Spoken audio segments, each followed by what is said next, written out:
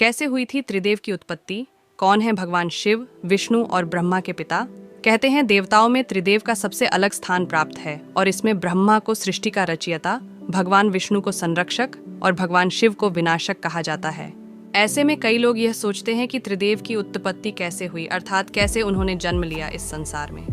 अगर आप भी इस बारे में सोचते हैं तो आज हम आपको एक प्रसंग बताने जा रहे हैं जिसे सुनकर पीआर हैचकर आप समझ जाएंगे कि कैसे हुई थी त्रिदेव की उत्पत्ति।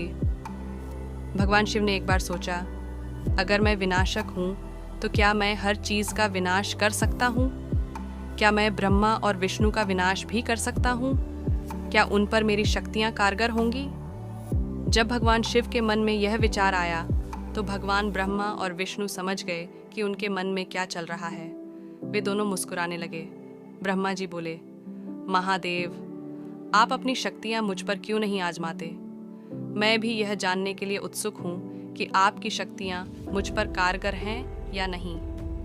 जब विष्णु भगवान ने भी हठ किया तो भगवान शिव ने सकुचाते हुए ब्रह्मा जी के ऊपर अपनी शक्तियों का प्रयोग कर दिया।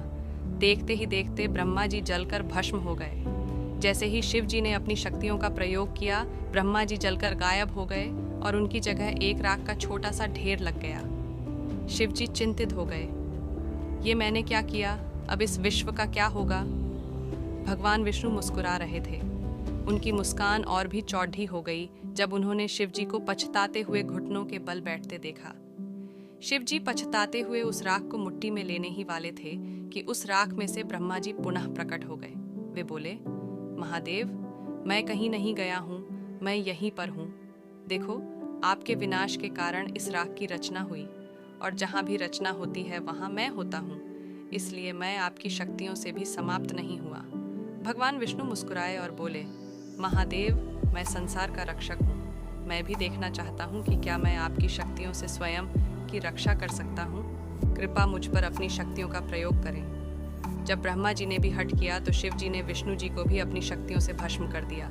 विष्णु जी के स्थान पर अब वहाँ राख का ढेर था, लेकिन उनकी आवाज़ राख के ढेर से अब भी आ रही थी। वह आवाज़ थी, महादेव, मैं अब भी यही हूँ, कृपा रुके नहीं। अपनी शक्तियों का प्रयोग इस राख पर भी कीजिए। तब तक मत रुकिए जब तक कि इस राख का आखिरी कण भी खत्म न हो जाए। भगवान शिव ने अपनी शक्तियों को और तेज कर दिया। राख कम होनी शुरू हो गई। अंत में उस राख का सिर्फ एक कण बचा। भगवान शिव ने सारी शक्तियां लगा दी, लेकिन उस कण को समाप्त नहीं कर पाए। भगवान विष्णु उस कण से पुनः प्रकट हो गए और यह सिद्ध कर दिया कि उन्हें भगवान शिव भी समाप्त नहीं कर सकते। भगवान शिव ने मन ही मन सोचा, मुझे विश्वास हो गया कि मैं ब्रह्मा और शिव को सीधे समाप्त नहीं कर सकता, लेकिन अगर मैं स्वयं का विनाश कर लूं तो वे भी समाप्त हो जाएंगे, क्योंकि अगर मैं नहीं रहूंगा तो विनाश संभव नहीं होगा और बिना विनाश के रचना कैसी? अतः ब्रह्मा जी समाप्त हो जाएंगे और अगर रचना ही नहीं रहेगी तो उसकी रक्षा कैसी? अतः विष्णु जी भी नहीं रहेंगे। ब्रह्मा और विष्णु समझ रहे थे कि शिव जी के मन में क्या चल रहा है। वे दोनों मुस्कुराए। भगवान शिव ने स्वयं का विनाश कर लिया और जैसा वे सोच रहे थे वैसा ही हुआ। जैसे ही वे जलकर राख में तब्दील हुए, ब्रह्मा और विष्णु भी राख में बदल गए। कुछ समय के लिए सब कुछ अंधकारमय हो गया। वहां उन तीनों देवों की राख के सिवाय कुछ नहीं था। उसी राख के ढेर से एक आवाज आई, मैं ब्रह्मा हूँ। मैं देख सकता हूँ कि यहाँ राख की रचना हुई है। जहाँ रचना होती है वहाँ मैं होता हूँ। इस तरह उस राख से पहले ब्रह्मा जी उत्पन्न हुए और उसके बाद विष्णु और शिव जी, क्योंकि जहाँ रचना होती है वहाँ पहले सुरक्षा आती है और फिर विनाश। इस तरह शिव जी को बोध हुआ कि त्रिदेव का विनाश असंभव है।